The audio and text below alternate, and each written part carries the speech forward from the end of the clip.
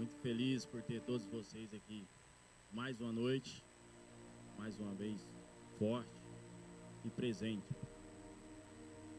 É com muita alegria eu venho aqui fazer um convite a todos vocês. A gente trabalhou aí no background e tá vindo agora o nosso primeiro Acampa Rio. Vai ser muita bênção. Vai ser dia 8 a 10 de agosto. As inscrições já estão abertas no Bookstore. Hoje, no final do culto, pode passar lá ou pode me procurar. A gente já está fazendo a inscrição, porque são poucas vagas. É uma coisa bem específica, foi do céu e limitou as vagas. Para ser bem específico, porque vai preparar líderes perante aos homens dessa casa. Vai ser um lugar maravilhoso. Vamos subir ao monte. Vamos ter um tempo de comunhão junto. Vamos louvar o Senhor. Vai ser maravilhoso. O lugar é ótimo. Alguns já esteve lá, conhecem. O lugar tem muitas atividades. Tem arco e flecha, arremesso de machado, arborismo. Tem um futebol para nós que gosta. Meu joelho não ajuda não, mas vou estar lá firme. Corre lá, gente. Não perde a oportunidade, porque é limitado. Vai ter um kit legal, faz parte do investimento. A gente conseguiu um preço super bacana, vai ser muito bom. Vai estar todas as refeições vão estar inclusas na estadia e a gente vai ter um kit personalizado para nós, Rio de Santiago. Único, é de Deus. Vamos dar continuidade? Como eles falam, um Ricardo é problema. 2, aí é bronca. Quero convidar o meu irmão, Ricardo. Tá caminhando junto comigo. Tá me ajudando muito no Rio.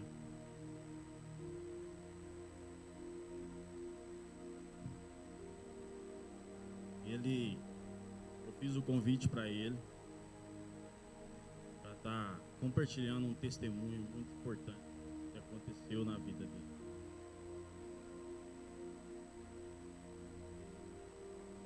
Foi impactante o dia que ele me contou. Confesso para todo mundo assim que eu fiquei arrepiado do dedo do pé à cabeça. Porque assim, estávamos trabalhando aqui, precisava de ajuda, estava mexendo nas luzes aqui.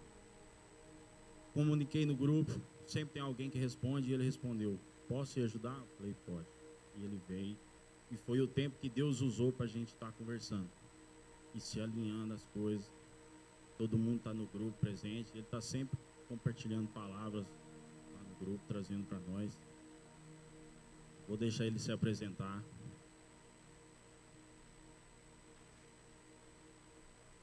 Alô?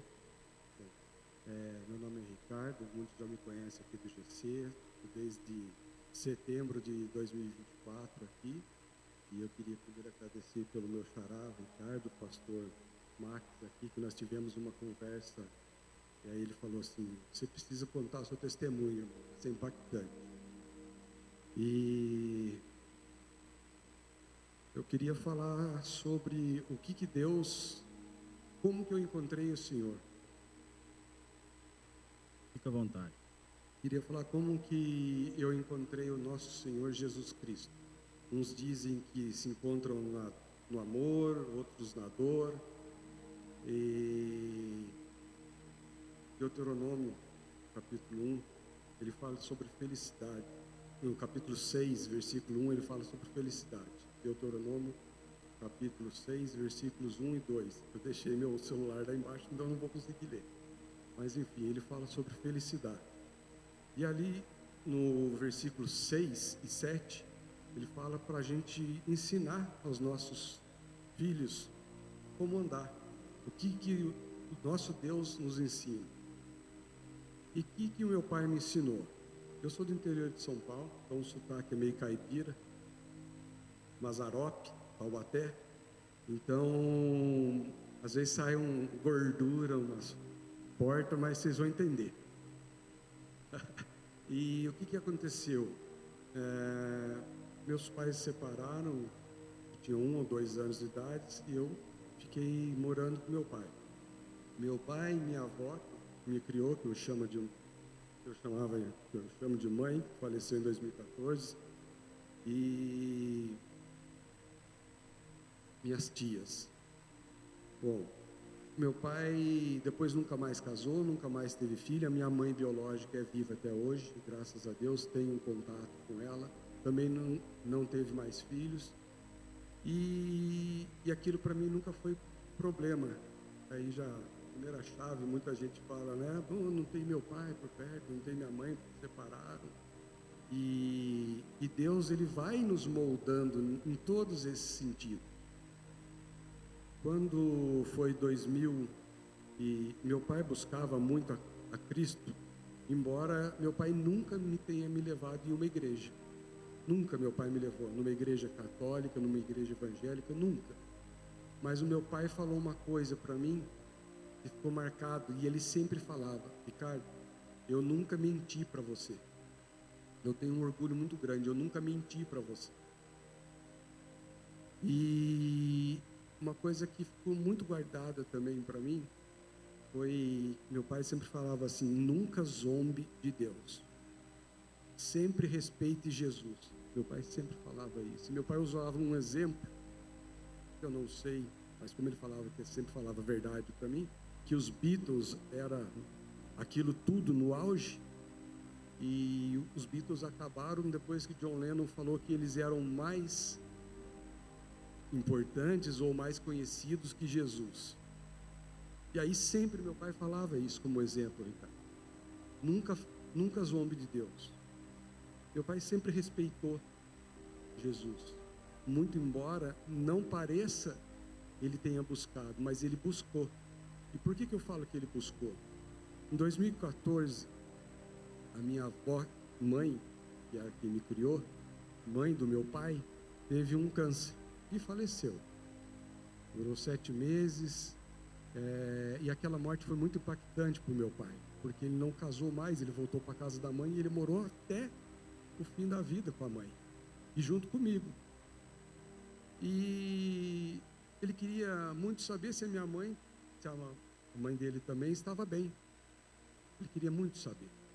E aí ele foi buscar no Espiritismo. Saber se a mãe dele estava bem. E respeito a todos. Eu nunca gostei. Eu nunca fui. E meu pai nunca me obrigou, mas meu pai sempre falava: vamos comigo. Lá não tem nada de mal, lá é mesa branca, não tem nada de mal. Vamos lá, você vai conhecer Deus, Jesus, não sei o quê. E eu nunca gostei e nunca fui. Um belo dia ele falou para mim assim: você não vai porque você tem medo. Eu falei: pai, não tenho medo. Já que o senhor me confrontou, ele ficou bravo. Eu falei: pai, não tenho medo. É que assim, eu tenho a minha filha, eu tenho a minha esposa, eu tenho a minha família. Por que eu vou lá querer falar com quem já partiu e deixar a minha esposa, minha família em casa? Eu te convido para ir assistir um jogo de futebol no campo, em algum lugar, o senhor não quer ir porque o senhor tem que ir no centro espírita. Para mim não faz sentido. Mas o mais bonito de tudo, que meu pai buscava Jesus. Ele sabe, Deus sabe que meu pai estava buscando ele de verdade.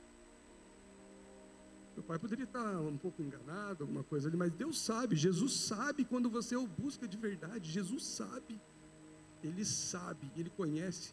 O pastor vive falando aqui, Jesus conhece o coração dos homens. Ele sabe quando é verdade, meu irmão. E aí, 2019, meu pai tem um câncer de garganta. Passou um ano, passou alguns meses tratando, eu lá com ele, fazendo todas as sessões de químio, todas as sessões de radioterapia. E praticamente 6 meses depois estava curado. Não tinha mais nada. Fez todos os exames. Passado um ano certinho, voltou novamente o câncer. Ele abaixou para arrumar o cadarço do tênis, sentiu uma dor muito forte na coluna, aquela dor não passava. A minha esposa, a minha bênção na minha vida, Gislene, falou para mim: Ricardo, estou preocupado com essa dor do seu pai. Enfim, o câncer tinha voltado. E eu vi o que era sofrer. O sofrimento, eu tinha visto da minha mãe, porque foi eu que cuidei dela com 7 meses, durante 7 meses, câncer de pulmão. Depois eu vi o do meu pai. Cara, que sofrimento. Mas Deus estava comigo o tempo todo. E eu quero falar para vocês que Ele está com vocês o tempo todo. O tempo todo. Eu não sei como eu passei por aquilo lá, mas Ele sabe a força que Ele me deu.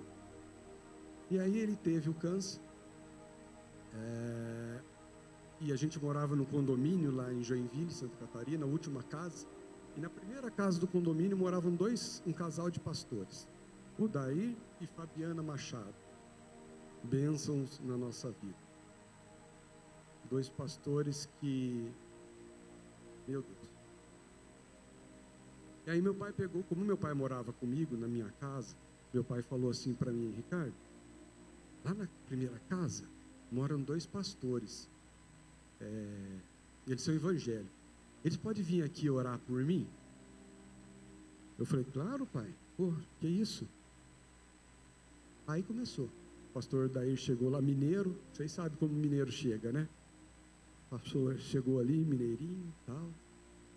Todo dia, orando, em casa. Chegava do serviço, ele ia lá para minha casa orando. Todo dia, orando. E eu sou observador, eu sou aquele tipo que tem que ver para crer. Deus falou para mim, então você vai ver. Quando você tem que ver para crer, você vai ver, então. Aí eu, cara, todo dia lá, eu falei: o que é esse cara todo dia em casa, orando?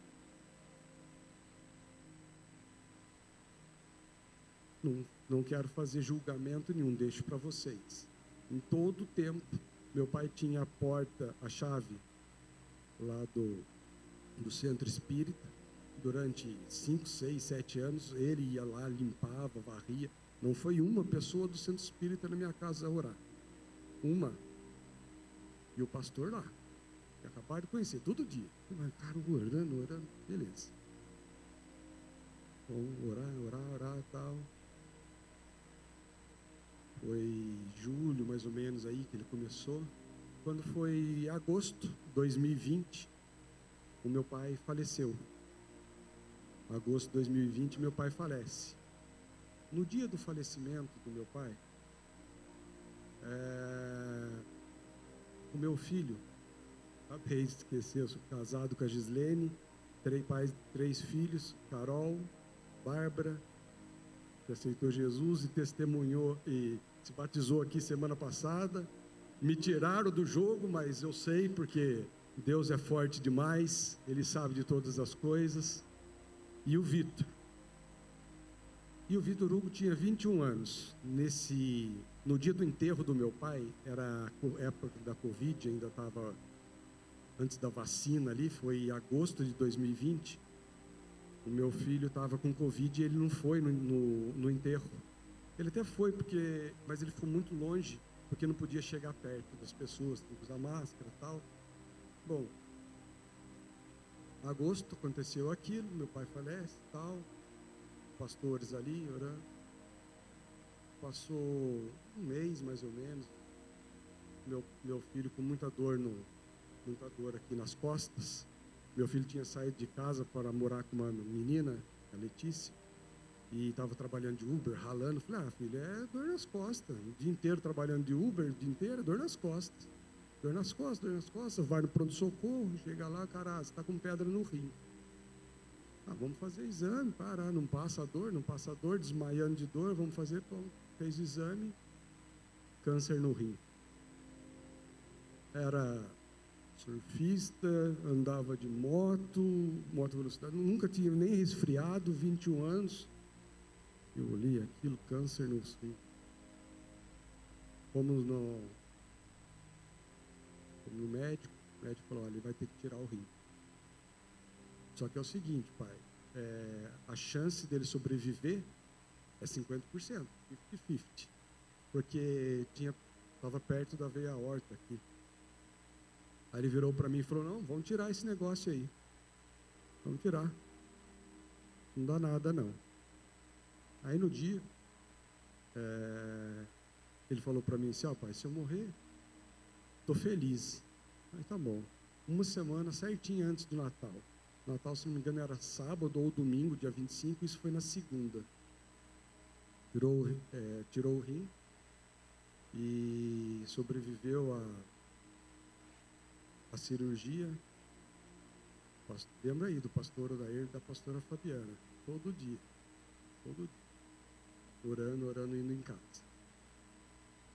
Nesse meio tempo, até eu falei para o pastor Marcos, pastor Marcos, quando eu vim aqui para San Diego, queria congregar, não conhecia, eu fui na igreja, na Lagoinha lá, na outra, né, onde começou como GC, mas depois, vocês sabem ali, eu fui na igreja, falei, vou observar esse pastor aí, porque o pastor tem que ser bom, porque assim, eu tenho que ver para crer. Então, quando o pastor está correndo, eu falei, cara, a Gislene ficou maravilhada com a igreja. E até hoje, vocês veem que ela, se eu deixar, ela vem todo dia, pastor. Todo dia ela vem. E aí, eu olhei e falei, cara, esse pastor, eu vou convidar o pastor para comer uma pizza, o pastor tem que ir. Não, eu tenho que ir na casa do irmão lá, o cara caiu de bicicleta. Pastor, vamos no cinema lá assistir o não sei o quê. Então, pastor, vamos em casa, porque eu queria começar a agradecer o pastor por alguma coisa, o cara está sempre orando.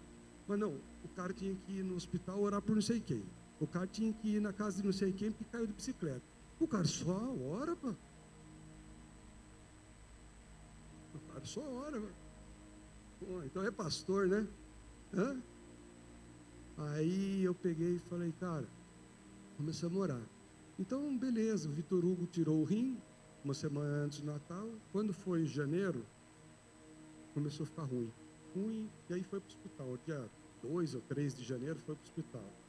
E aí começou, cara, você acha que sofrer quando é com você, imagina com os filhos. Mas assim, é verdade, parece clichê que todo mundo fala, né? Tem que passar para ver. Mas eu pedia para Deus, né? Quero crer, para ver, para crer tem que ver, então Deus vai fazer, até você enxergar. Então não fica duvidando de Deus não, meu irmão. Não fica não. Não faz isso. Não brinca. Ele é real. E tudo que você pede de coração, Ele vai te dar. Até para você ver, para crer, se você não crê. Então, dia 2, dia 3, Vitor Hugo começou, foi para o hospital. Eu no hospital, chegava lá, todo dia eu ia ver ele. O pessoal da família já não aguentava ir ver. E eu ia todo dia. Quem que ia? Pastor Odair, todo dia. Chegava do serviço e ia lá orar. E aquela dor, tirando o líquido da espinha, do pulmão e não sei o que, tal. E a minha esposa, na época, ela trabalhava na regulação do hospital infantil, lá de Joinville. Então, ela tinha acesso a todos os médicos, a todos do hospital ali, porque ela trabalhava com aquilo. Então, ela conhecia todos os médicos. Então, nós fomos muito bem atendidos, embora SUS, graças a Deus. E o médico fala, olha, ele tem no máximo mais 2, no máximo 3 meses de vida. E um pouquinho antes dele tirar o rim, ele tinha comprado um apartamento para ele morar com a menina. Um apartamento, ele tinha um dinheiro de uma herança, e ele pegou esse dinheiro, comprou um apartamento para morar com a menina. O apartamento ia ser entregue no dia 1º de fevereiro. E ele, lá, tadinho e tal, eu vou calei para o apartamento, que não sei o que, e os médicos falando, ó, é 3 meses, o câncer dele é avassalador. E como que foi, assim, uma pergunta assim, você já tinha um histórico De câncer? na sua família de câncer? Não, nunca, que eu saiba, nunca ninguém tinha morrido de câncer na minha família. Por parte de mãe biológica, minha bisavô, tudo com 100 anos, 90, morreram. A irmã da minha avó, que é minha mãe, está viva até hoje, tem 90 anos, mexe no WhatsApp. A outra irmã tem 80 e pouco, está viva também. Então... E assim, quando quando você recebeu a notícia, principalmente dos médicos, falando que seu filho não ia sobreviver, como que foi o seu tratar com Deus? Aí Você foi, queria ver, né? aí foi a hora que eu comecei, era a hora que eu ia chegar agora. Ainda bem, a pergunta veio num momento ali. Foi quando os médicos chegaram, o que eu falava, o que eu pensava? Porque o pastor falava, não, os médicos têm uma palavra, mas tem o médico dos médicos, né? O nosso pai é o médico dos médicos. Eu falei assim, então, se o médico falou que meu filho não tem chance nenhuma e vai embora, como que eu vou fazer? Vou pedir para o papai do céu me mostrar. E aí eu chegava todo dia, para eu aguentar ver o meu filho naquele estado, todo dia eu chegava no hospital, na ala do câncer ali, e antes da ala do câncer tem uma capela.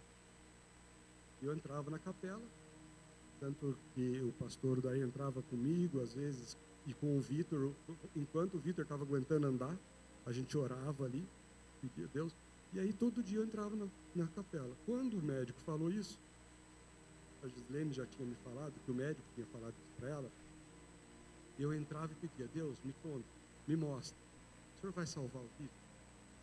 Porque eu confio no que o senhor vai falar. O médico está falando que não, o outro médico também está falando que não.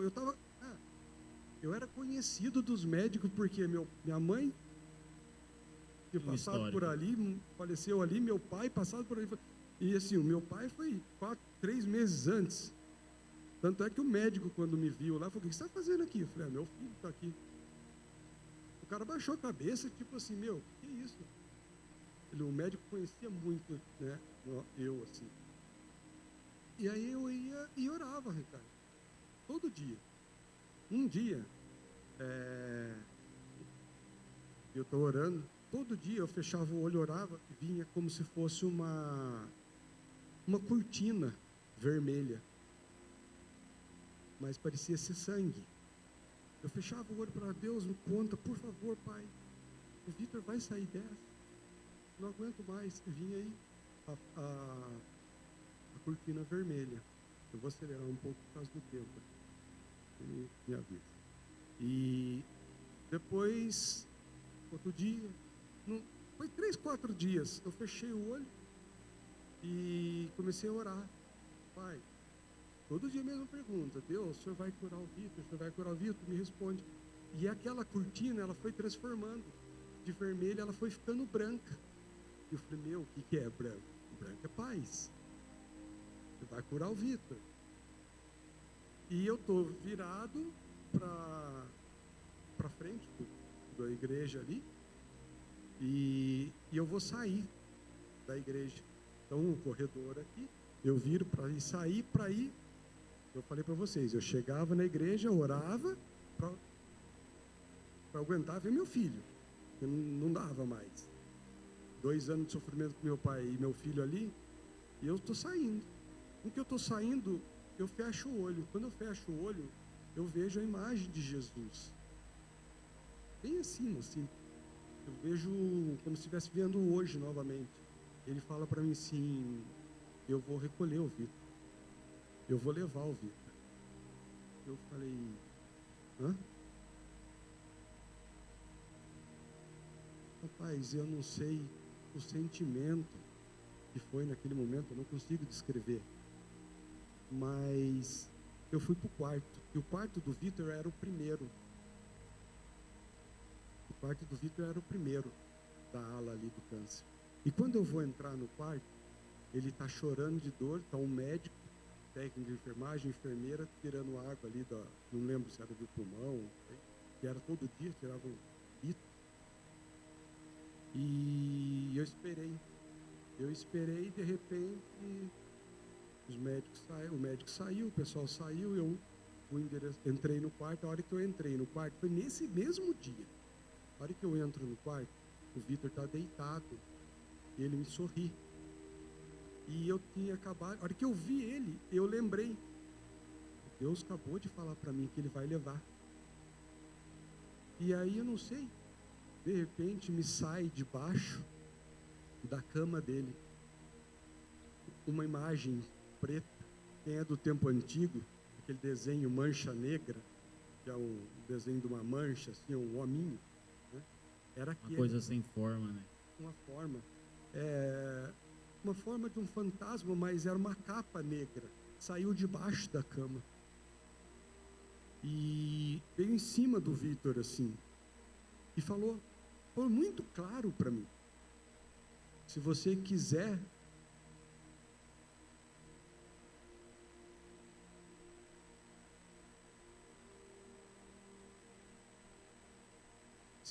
eu curo ele. Foi muito claro, foi muito verdadeiro. Se você quiser, eu curo ele. Na hora, veio assim. A primeira coisa que eu pensei na hora, eu falei, não, você não. Você não, some daqui. Você não. E meu filho deve ter notado isso. Meu filho deve ter visto isso. Porque eu não falei, eu não verbalizei isso. Eu tenho certeza que eu não verbalizei isso. E a hora que aconteceu isso, meu filho falou para mim assim, pai, eu quero ir para casa. Eu estou feliz, eu posso ir embora já. Eu já vivi tudo que tinha para viver. 21 anos. Então, o que vocês, para quem que vocês querem dar os maiores tesouros que vocês têm? Eu acho que é isso que fica, sabe, Ricardo? E o ensinamento, a gente aprende aqui com o seu testemunho, que você sempre pediu para ver. E eu entendo comigo, assim, Deus te mostrou. Seu pai te criou, mostrou sempre que era Jesus Cristo. Você repassou isso para os filhos, é importante a gente fazer isso. E você sempre quis ver. Deus te mostrou a face dele, mas perante aos seus olhos você também reconheceu o mal. Você negou o mal a todo momento. Às vezes a gente pedir para ver é um direito nosso. E a gente pedindo, sabendo pedir a Deus nas horas certas, Ele vai mostrar para a gente. É difícil, eu entendo assim, é uma parte difícil, a gente cria os filhos pela lei da vida, os filhos enterrar a gente. E não a gente enterrar um filho. Mas assim, a gente sabendo que a gente cria os filhos da gente para seguir o caminho de Deus, se ele vem recolher, a gente sabe que está entregando diretamente para ele, e é para ele. A gente apresenta os filhos na nossa igreja, a gente caminha os nossos filhos para se batizar, para retornar para ele. E assim, Ricardo, é uma coisa que eu queria... Deus tocou no meu coração para mim falar. Vocês, nós temos a ideia de que é ruim, é sofrimento. Por que Deus permite? Eu escutei muito isso. Muitas pessoas que gostavam muito de mim. Por que Deus permitiu tudo isso com você? Gente, nós humanos, pela filosofia, nós fazemos juízo de valores. E a gente não vai entender Deus nunca, tem o propósito dele. Então eu não posso ficar triste, porque foi um propósito de Deus, foi no sentido de que como que eu vou ficar triste se Deus deixou eu cuidar da minha mãe, Deus deixou eu cuidar do meu pai, e Deus deixou eu cuidar do meu filho? Eu não posso ficar triste, eu só posso agradecer a Deus. E agradecer também esse momento de testemunho que vocês deram, que eu pude passar um pouco disso. E hoje, muita gente que viveu, porque eu tenho alguns seguidores tal, do meu trabalho, cara que nunca falou, que nunca viu eu pessoalmente, fulano, meu amigo, meu filho, meu primo, meu sobrinho está com câncer, e o cara manda mensagem, e como que você... E Deus trabalhou para eu poder passar isso adiante. Então, é isso, nosso testemunho. Parabéns, meu irmão.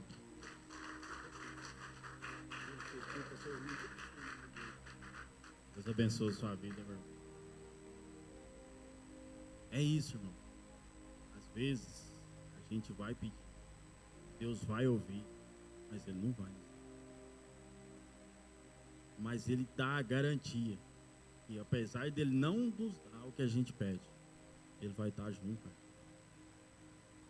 Eu não trocaria ingresso para qualquer lugar nenhum nesse mundo para me ter um segundo com Jesus, tendo a presença dele. Independente, ele teve num momento difícil, mas ele viu a face de Cristo. Isso é uma recompensa. Eu queria convidar o nosso pastor, irmãozão. Fizemos o convite para ele trazer uma palavra aí para a gente. Deus abençoe a sua vida. Deus, glória a Deus, que honra estar aqui com vocês. Eu queria pedir para vocês ficarem em pé. Eu queria que nesse momento você fechasse os teus olhos, levantasse as tuas mãos e você pudesse colocar diante de Deus o teu coração. Coloca mesmo. Abre a tua boca, declara diante do Senhor. Coloque diante do Senhor aquilo que é o que o Senhor tem preparado nessa noite para você. Abra teu coração. Coloca diante dele em nome de Jesus. Coloca diante dele em nome de Jesus. Prepara teu coração para aquilo que Deus vai fazer nessa noite. Coloque diante do Senhor aquilo que Ele já ministrou ao teu coração nesse dia. Mas eu sei que aquele que é fiel para começar, Ele é fiel para terminar. E Ele vai terminar o que Ele começou nesta noite na nossa vida, em nome de Jesus. Declara diante dEle, vamos, abra a tua boca em nome de Jesus. Coloca diante dEle, coloca diante do Senhor aquilo que está no teu coração. Diga para Ele: Senhor, eu estou aqui de coração aberto para que haja algo sobrenatural na minha vida, Senhor, ainda nessa noite, Pai, em nome de Jesus. Declara diante dEle. E eu quero que nesse momento você possa pegar na mão da pessoa que está ao seu lado e você orar por essa pessoa. Ora por ele agora. Declara dessa bênção sobre a vida dele. Declara diante do Senhor. Deixa o Senhor te usar nesta noite. Já começar agora a usar a tua vida. Em nome de Jesus. Em nome de Jesus nós declaramos, ó Deus, a nossa dependência de Ti. Espírito Santo de Deus, passeia, Deus, neste lugar. Vem, Senhor, sobre nós de uma forma poderosa, Pai. Pai, continua falando. Senhor, em tantos momentos nós já Te adoramos. Nós entregamos, Senhor, as nossas ofertas. Nós, ó Deus, escutamos testemunhos. E nesta noite, nessa hora, nós queremos ouvir a Tua palavra, Senhor. Nós queremos ouvir a Tua voz. Senhor, tem algo que já está preparado e nós queremos viver de uma forma extraordinária para a glória do Senhor Jesus. Nós Te agradecemos, nós Te louvamos e nos colocamos, Senhor, nessa noite aos Teus pés, em nome de Jesus. Amém, Jesus. Aleluia, aleluia. Vamos! Glória a Deus, glória a Deus. Se você quiser se assentar, se assente. Se você quiser ficar em pé comigo, não tem problema também. Nós estamos na casa do Pai, na casa do Pai nós ficamos à vontade, amém? Quero agradecer, pastorzão Max, sua família. Estamos aqui passando os dias maravilhosos nessa cidade linda que é San Diego. E tendo a oportunidade também de conhecer um pouco mais, temos comunhão e crescemos juntos. Te agradeço muito. Creio que isso, além desse tempo gostoso que estamos passando, conhecer você é um presente do céu. E eu sei que Deus tinha um propósito de eu estar aqui nessa noite. Sabia que ia ter um Rio nessa noite. E que você estaria nessa noite. Quando tiveram algumas pessoas que para essa noite decidiram não estar. Mas Deus separou algo para você. Exclusivamente para você nessa noite, em nome de Jesus. Amém? Glória a Deus. Eu quero ler com você o texto que está em João 3, versículo 34. 3:34. Diz assim: pois aquele que Deus enviou fala as palavras de Deus, porque Ele dá o Espírito sem limitações. Amém? Amém, irmão? Nós vamos corrigir, em nome de Jesus. Essa igreja vai ganhar homens que não vão precisar do rebote para falar amém. Vão ser os homens que já vão dizer e vão sair na frente. Vão ter que deixar as mulheres de lado, porque geralmente as mulheres já saem falando amém antes de você, mas você vai puxar a fila. Eu lembro que eu mandei fazer uma arte para uma ministração que eu ia pregar, e na arte era como se, uma mensagem para a família que falava assim: a minha família não é Babel. E eu coloquei ali na AI e ele me deu uma imagem que mostrava um casal correndo de Babel. Tinha Babel assim, sendo destruído, e um casal saindo correndo. Só que a primeira imagem era uma mulher puxando o homem, a segunda era um homem puxando a mulher. E aí eu cheguei para o designer e falei: olha, põe a imagem do homem puxando a mulher, porque eu estou cansado de ver mulher puxando o homem. Quando eu leio esse texto, eu vejo Jesus dizendo que Deus envia as pessoas para falar, diga falar, as palavras de Deus, porque Ele dá o Espírito sem limitações. Na maioria das vezes somos nós que nos limitamos, mas Deus não nos limita. A gente tem que entender que quem põe limite não é Deus, somos nós. Pelas experiências que nós passamos, por aquilo que nós pensamos. Então, eu quero que você já declare desde agora assim: em Deus, posso tudo que Ele quer para mim, amém? Quer dizer, em Deus eu tenho tudo, eu posso tudo do que Ele tem da vontade dEle para que eu seja e que eu faça. Faz sentido o que eu estou falando? Nós vamos corrigir isso aí, fica tranquilo. A sociedade, ela vem diminuindo o homem. Eu imagino que diversas vezes aqui no Rio você já ouviu isso.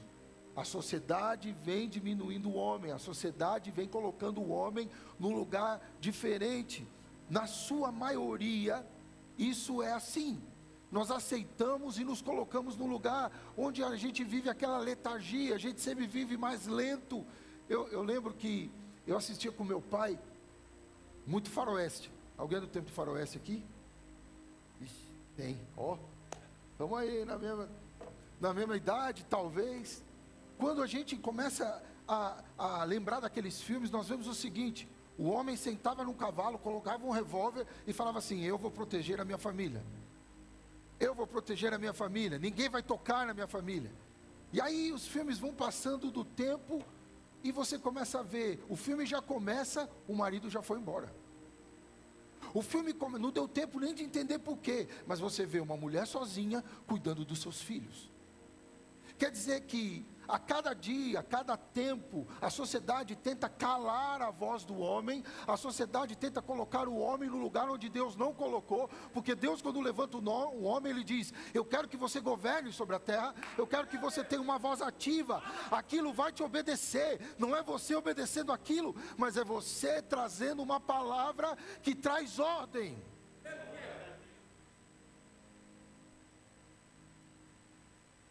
Por isso que nessa noite, e quando eu disse que a gente iria corrigir algumas coisas, era entender de que nós como homens, muitas vezes nós estamos atraindo desertos para a nossa vida, nós estamos levando as nossas famílias para lá, por causa justamente das limitações que nós mesmos colocamos em nós, e deixamos que a sociedade venha e traga e se instale dentro de nós. Quer dizer, tem muito deserto que não foi para você entrar e você entrou. Tem muito deserto que você levou a sua família e não era para ela viver. Eu entendo o papel de um deserto. Se eu pudesse compartilhar aqui a minha história, vocês iriam ver o quanto de deserto eu já passei. Mas uma coisa eu aprendi: deserto não é um lugar de destino. Deserto é um lugar de ensino.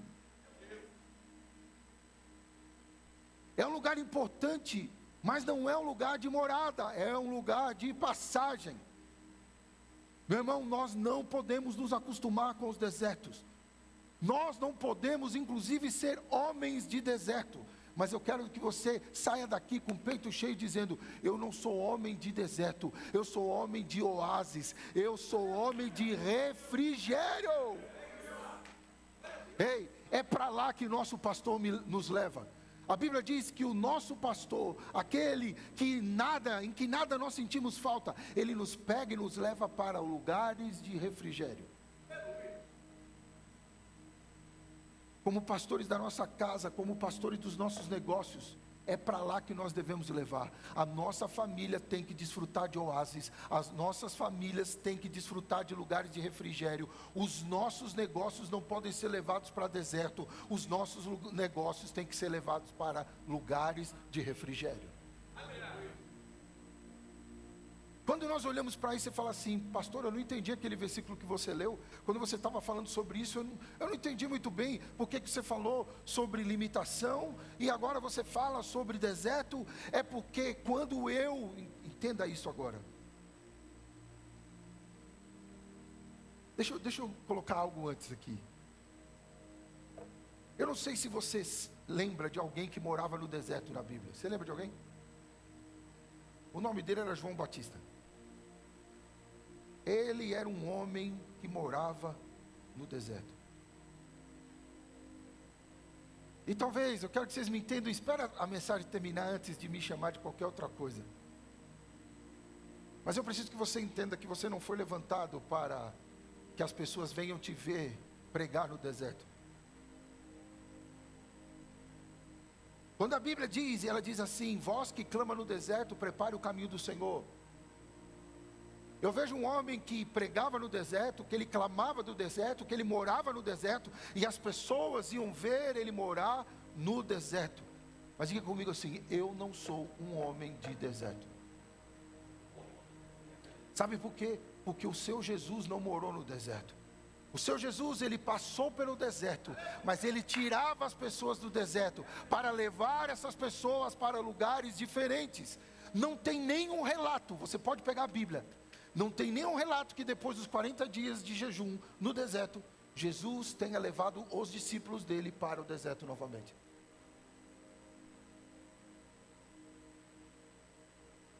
Ele levava para casa, ele levava para o mar, ele levava para os montes, mas não para o deserto.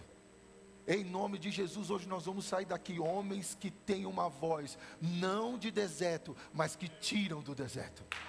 Hoje, em nome de Jesus, você vai se levantar como alguém não que tem voz de deserto, mas que tem voz de oásis, tem voz de refrigério, tem voz de cura, tem voz de restauração, mas não de deserto. Deserto não mais, você já aprendeu, a sua família não precisa mais, os seus filhos não precisam, o seu negócio não precisa, porque você tem um espírito que não é o espírito de deserto, é aquele que traz os ventos para encher as pessoas e deixar essas pessoas no lugar onde o Senhor a chamou. Jesus não levou para o deserto, ele levava para casa, para rio, para a mesa, e enviou para Jerusalém, e de lá para as nações, mas não para o deserto. Entenda uma coisa, você não é um gerador de deserto, você é gerador de oásis.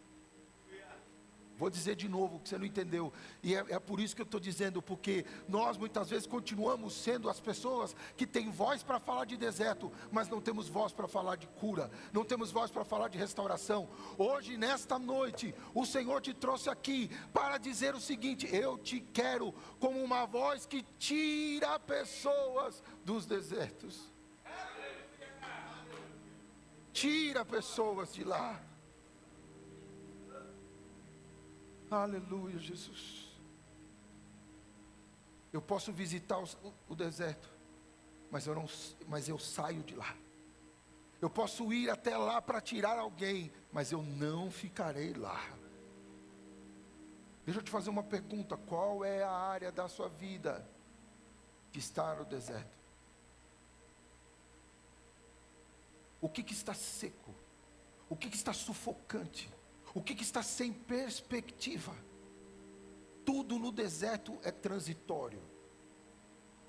Perceba que o maná era para o dia, então não havia abundância, só havia escassez. Eu sei porque vocês têm aqui desertos do lado de vocês. E eu não sei se você vai visitar de vez em quando o deserto ali, vai passar um tempo no deserto, mas lá não é lugar de abundância. Lá é lugar de escassez.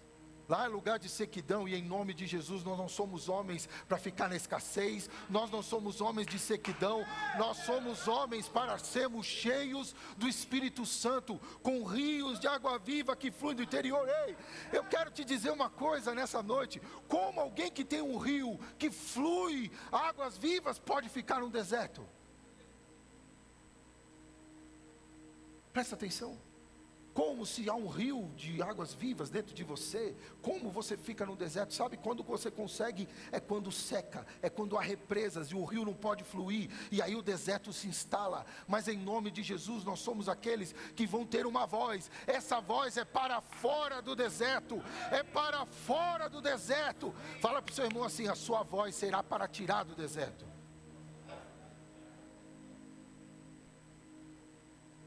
Fala de novo assim: a sua voz é aquela que dá destino. A sua voz é aquela que aponta para a promessa. Aleluia, aleluia, aleluia.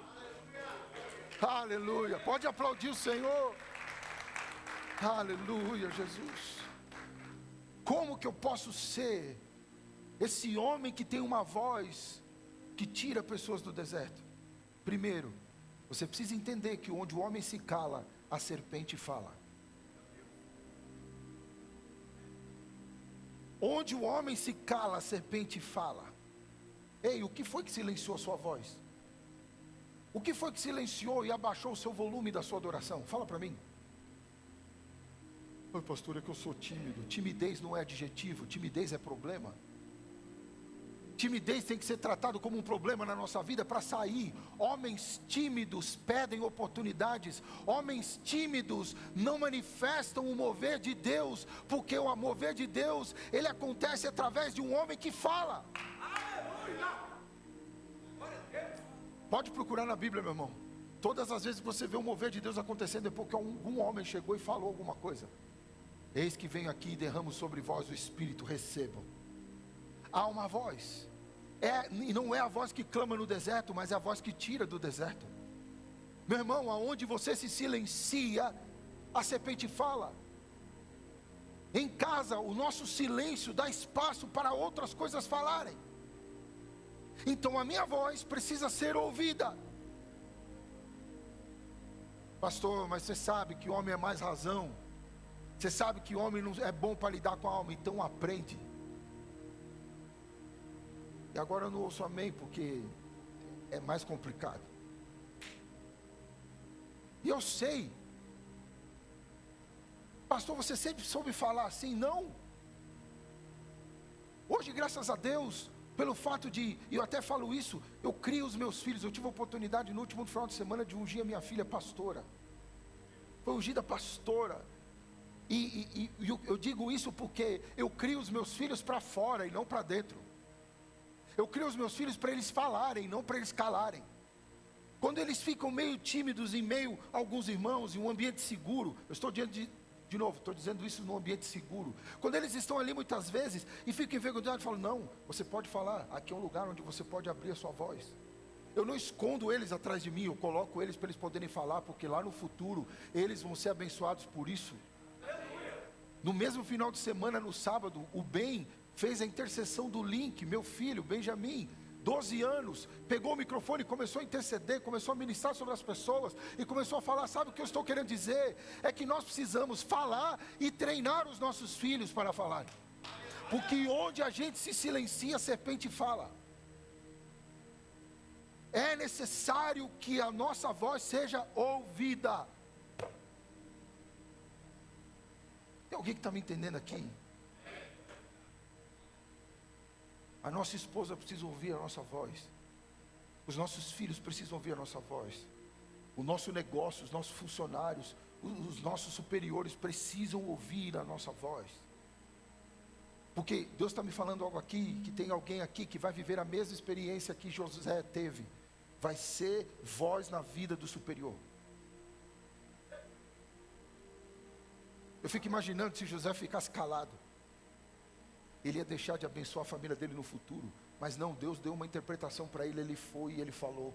E ele foi e se colocou. Ele foi e ele saiu. Ele foi e ele falou. E ele tirou a família dele de um deserto para trazer para um lugar de abundância. Pelo amor de Deus. Sabe por quê? Porque ele se levantou para falar. Muitas enfermidades dentro da nossa casa vêm porque nós não abrimos a nossa boca para falar o que tem que ser falado.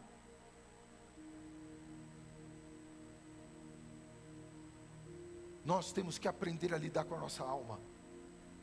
Ai, mas meu pai mandou eu ficar quieto. Ai, eu não fui estimulado a falar. Ei, tem um espírito que clama dentro de você, Abba Pai, o tempo todo. Ele te inspira você a falar palavras de vida. Nessa noite eu vim aqui levantar alguns homens que vão incendiar San Diego. Sabe por quê? Porque a sua voz não estará mais calada.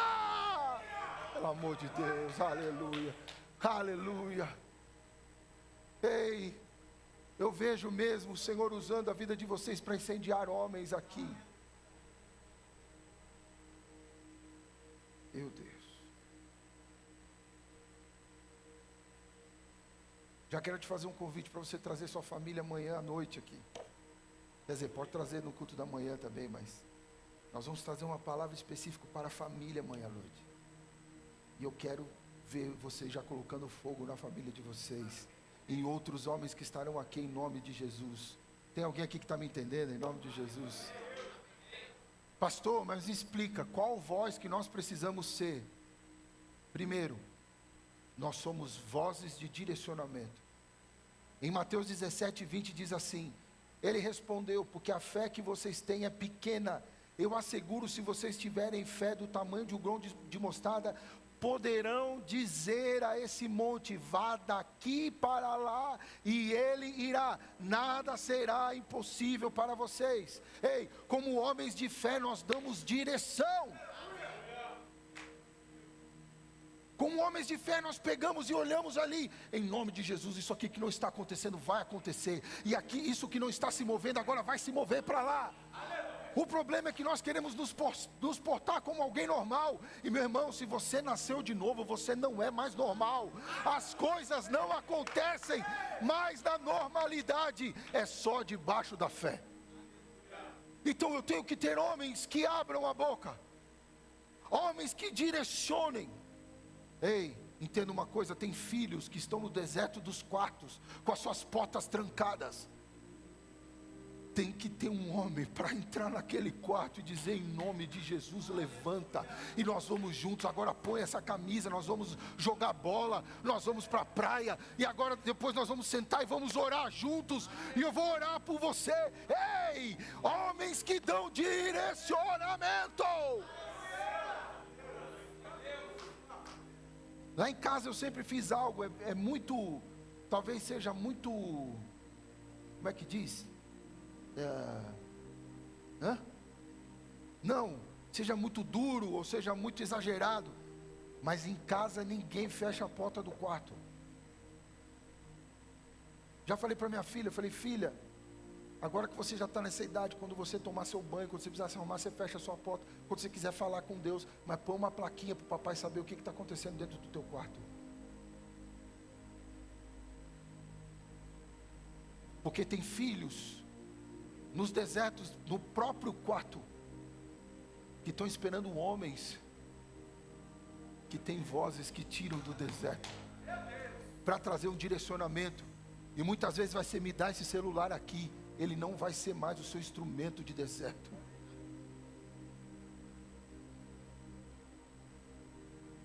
Tem empresas precisando de direcionamento de homens cheios do Espírito Santo, e você tem se calado, em vez de levantar uma voz de direcionamento no lugar onde você trabalha. Esposas que estão nos desertos e que precisam de homens para tirá-las de lá. Homens que muitas vezes olham para o rosto da esposa, vê que elas estão passando pelo deserto, mas não falam nada. Ei, Deus está devolvendo a sua voz. Eu vejo muitas vezes homens, quando a gente fala assim, fala para o irmão que está do lado, nem na igreja fala, imagina em casa. Ah, pastor, eu não gosto de falar na igreja. Então morre. Lá você não vai precisar falar com ninguém, porque se você está na casa do Senhor com seus irmãos, e você não quer abençoar a vida dele, aonde você quer viver, meu irmão, fala para mim. Fala para mim. Ei, a nossa esposa precisa da nossa voz. Pastor, a pessoa, ela está disposta a aprender a lidar com construção, com delivery, com aprender uma coisa nova na empresa, mas quando se fala em estudar para cuidar da família, não está nem aí. Quando se fala, não, eu vou fazer um esforço para eu ser melhor em casa. Não, eu vou sim, eu vou no acampamento, no Hero Camp, é Hero Camp? Eu vou no Hero Camp, eu vou para lá porque eu quero ser um homem melhor. Eu vou para o Hero sim, porque eu quero ser um homem melhor. Ei, eu vou fazer o curso de homens do Gerações, porque eu quero ser um homem melhor.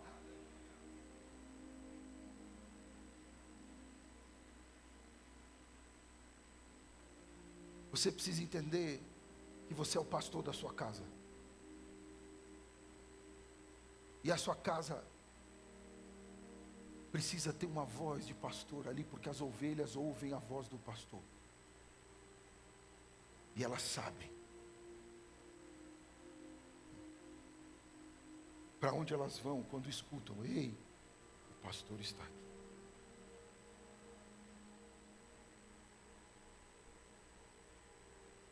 Eu faço um desafio para as mulheres muitas vezes, quando eu estou ministrando em alguns lugares, que é: leia o Salmo 23 para o seu marido. O Senhor é o meu pastor e de nada terei falta.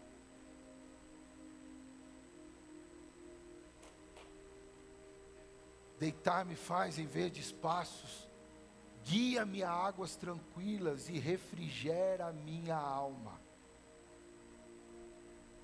Ainda que eu passe pelo vale da sombra da morte, não temerei mal algum, porque tu estás comigo, e a tua vara e o teu cajado me consolam. Aleluia! Preparas uma mesa diante de mim na presença das minhas inimigas. Unge a minha cabeça com óleo e o meu cálice transborda. Certamente a tua bondade e misericórdia me seguirão todos os dias da minha vida, e eu habitarei na tua casa todos os dias. Você é o pastor da sua casa, o direcionamento está na tua boca. E é por isso que a gente ora, que a gente coloca o nosso joelho no chão, e a gente faz jejum, porque a gente tem que ter a voz certa dentro da nossa casa. Primeira voz, a voz de direcionamento. A segunda voz é voz de discernimento. 1 Coríntios 14, versículo 10 diz: há sem dúvida muitos tipos de vozes no mundo, nenhum deles contudo sem sentido. Então quer dizer, o que o apóstolo Paulo está dizendo? Tem muitas vozes por aí, e tem que ter alguém para trazer sentido ao que está sendo ouvido. Tem muita gente querendo roubar nossas esposas e os nossos filhos. Vozes que vão entrando ali, e tem que ter uma voz que traz confronto, direção e luz. Tem que ter uma voz de discernimento dentro de casa. Tem que ter uma voz que traz luz a todas essas coisas que acabam sendo colocadas. É o youtuber que fala isso, é o outro que fala aquilo. Aí de repente a esposa: olha, eu ouvi falar aquilo. Você fala: peraí, vamos para a palavra, e agora nós vamos discernir o que está acontecendo na nossa casa. Vamos discernir o que está acontecendo com os nossos filhos. Vamos discernir o que está acontecendo no teu coração. Nós somos voz de discernimento. A palavra discernir na Bíblia é a palavra doquimazo. Eu amo essa palavra porque ela tem que dizer assim, ó: testar, examinar, provar e verificar se algo é genuíno ou não. Meu irmão, sem sombra de dúvidas, eu passo diversas vezes, eu vejo que meu filho está jogando. Esse jogo não é para você, pode trocar. Filho, deixa eu ver o vídeo que você está vendo no YouTube. esse vídeo não é bom. Papai vai mostrar um vídeo mais interessante para você. Esposa, olha, é isso aqui, ó. A nossa casa está indo para cá, mas eu tenho sentido do Senhor. Eu tenho que trazer discernimento a isso que nós estamos em dúvida. E nós vamos orar e Deus vai nos responder. E nós vamos crer que o Senhor nos levará para um lugar melhor. Discernimento. O discernimento vai provar e vai trazer luz para aquilo que é falso. E vai trazer revelação para aquilo que precisa ser exposto em nome de Jesus. Quem está entendendo o que eu estou dizendo nessa noite em nome de Jesus? Nós somos voz de avivamento. Aleluia. Olha só, Lucas 24, 49. E eu envio a vocês a promessa do meu Pai, mas fiquem na cidade até serem revestidos do poder do alto. Jesus nos ensinou a enviar as pessoas que nós cuidamos para ser cheias do Espírito Santo. Vou dizer de novo que você não entendeu ou está processando, porque senão você já tinha falado amém. Jesus nos ensinou para enviarmos as pessoas que nós cuidamos para serem cheias do Espírito Santo. É pegar o nosso filho, é pegar a nossa esposa, é colocar a nossa vida. E olha, nós precisamos ser cheios do Espírito Santo. Vão lá, nós vamos ficar até lá. Nós não vamos sair de lá enquanto o Espírito Santo de Deus não nos encher. A nossa voz é uma voz de avivamento. Mas para isso o avivamento precisa estar aqui, ó, queimando. Porque se você não queima, você não tem autoridade para mandar alguém queimar. Não adianta falar, filho, vai para a igreja. Filho, vai para o Kids. Filho, seja cheio de Espírito Santo. Filho, fale em línguas. E você não fala. E você não se move no Espírito. E você deixa para que a esposa se ajoelhe e ore. Você deixa que a esposa venha no culto de oração. Você, não. A voz do avivamento vive o avivamento.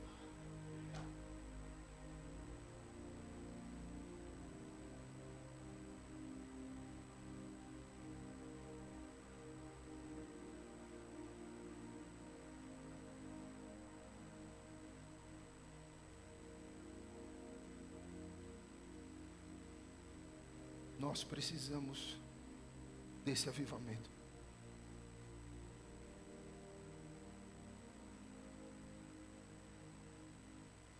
Quando nós somos cheios do Espírito, nós somos cheios da coragem que o Espírito tem.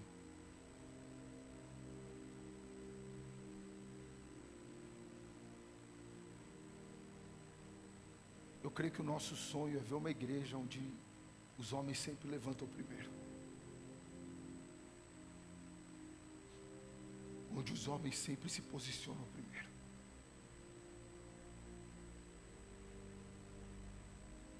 Porque eles têm que ser voz para tirar as pessoas do deserto. A última voz, eu poderia falar de muitas, mas Deus me deu essas 4 vozes que nós temos que ser se nós queremos tirar as pessoas do deserto. E a última voz é: nós somos voz que transmite amor. Lucas 3, 22 diz assim: e o Espírito Santo desceu sobre ele em forma corpórea como pomba. Então veio do céu uma voz: tu és o meu filho amado, em ti me agrado. Meu irmão, Jesus não era carente, mas mesmo assim, ele ouviu. Talvez o seu filho não seja carente, mas ele precisa ouvir. Mas eu quero te dizer uma coisa, talvez, de novo, um pouco dura, mas o seu filho tem que começar a viver o propósito, para começar a ouvir algumas coisas de você. Porque nesse momento Jesus estava cumprindo toda a justiça, e é nesse momento que o pai diz: você é muito amado e eu tenho muito prazer em você. Você fala: pastor, você não está dizendo que eu vou dizer para o meu filho que eu amo? Não, não estou dizendo. Eu estou dizendo que vão ter vezes que a tua palavra vai ser tão forte, de que vai levantar o teu filho para viver o ministério dele. O seu amado que vai sair da tua boca é um amado de um pai que envia o filho para viver o propósito que ele tem na vida dele. Não é simplesmente um eu te amo. Não, é uma palavra que vem para levantar o filho para viver o propósito que ele tem na terra. Esse foi o sentido dessa palavra. na vida de Jesus, um amado que tem esse princípio.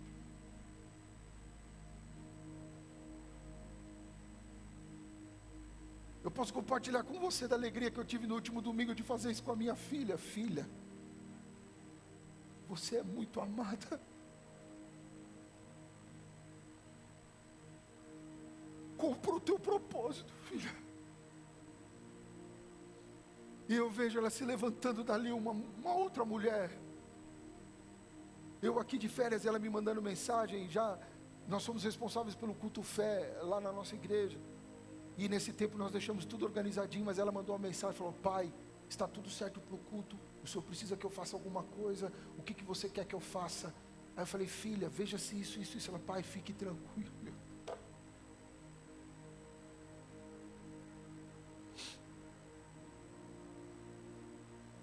A sua voz vai transmitir um amor que vai levantar a sua família para viver o propósito que ela tem.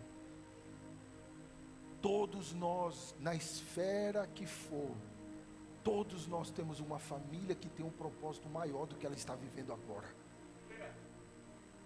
Nós só precisamos de homens que entendam que Deus enviou você para a sua família, para que você seja uma voz que remove desertos, uma voz que declara promessas. Não tem outra pessoa, é você.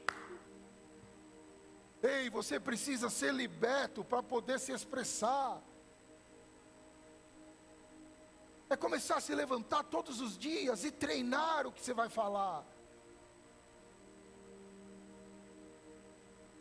Pastor, o que você está falando? Sim, eu estou falando que se você não tem a liberdade dentro de você, porque eu tenho uma frase que eu digo para todo mundo: quem é livre se expressa. Se você é livre, não tem problema das palavras saírem da tua boca. Se você é livre, cheio da palavra de Deus, do Espírito Santo de Deus, do discernimento do Senhor, não tem problema de você chegar, porque você vai ter a palavra certa, para a pessoa certa, na hora certa. San Diego precisa de homens que comecem a falar,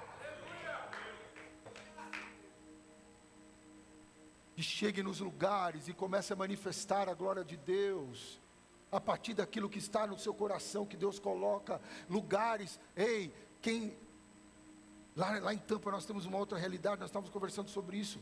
Lá nós temos muitas pessoas que trabalham com construção, e eu falo para todas elas: ei, você está num lugar onde pessoas vão morar lá depois, então quando você pisar ali, você vai levantar suas mãos e dizer: Senhor, nessa casa eu declaro que a tua libertação está, que há o governo do Senhor sobre essa casa, e que a família que está vivendo aqui, ela vai viver o sobrenatural de Deus. Ah, pastor, mas eu trabalho com delivery. Ei, quando você for entregar alguém, fala: em nome de Jesus, isso aqui vai ser instrumento de bênção, eu abençoo essa casa em nome de Jesus. Ah, se você trabalha com Uber, meu Deus, quantos motoristas de Uber eu já não pude evangelizar, de entrar ali, porque eu já coloquei, toda vez que eu tenho que pegar Uber, é porque Deus quer que eu fale de Jesus para aquela pessoa. Nós não podemos nos calar mais, porque onde nós nos calamos, o diabo fala. Por muito tempo a igreja se calou na televisão, o diabo assumiu.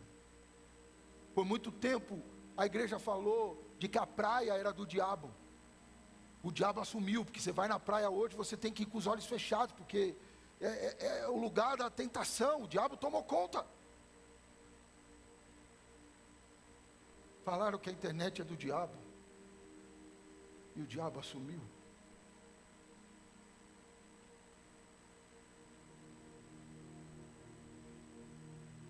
Onde o homem de Deus se cala, o diabo fala.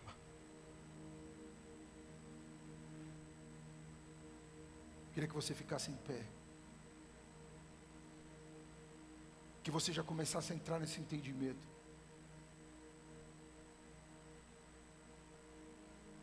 Pastor, como é que eu posso treinar para falar? Primeiro, busque discipulado. Busque ser discipulado.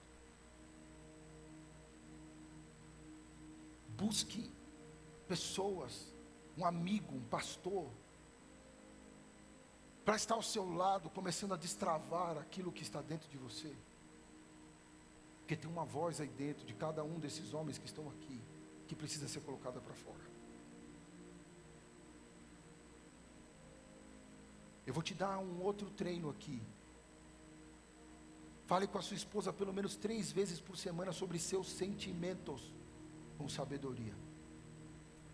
Você vai sentar e você vai comentar: olha, quando aconteceu isso nesse dia, eu me senti assim. Sua esposa talvez vai estranhar, falar: o que está acontecendo com você? Aí você pode falar: Jesus está transformando o meu coração e a minha vida. Você pode chegar na sua casa e dizer: o silêncio acabou. Palavras de bênção precisam ecoar na nossa casa.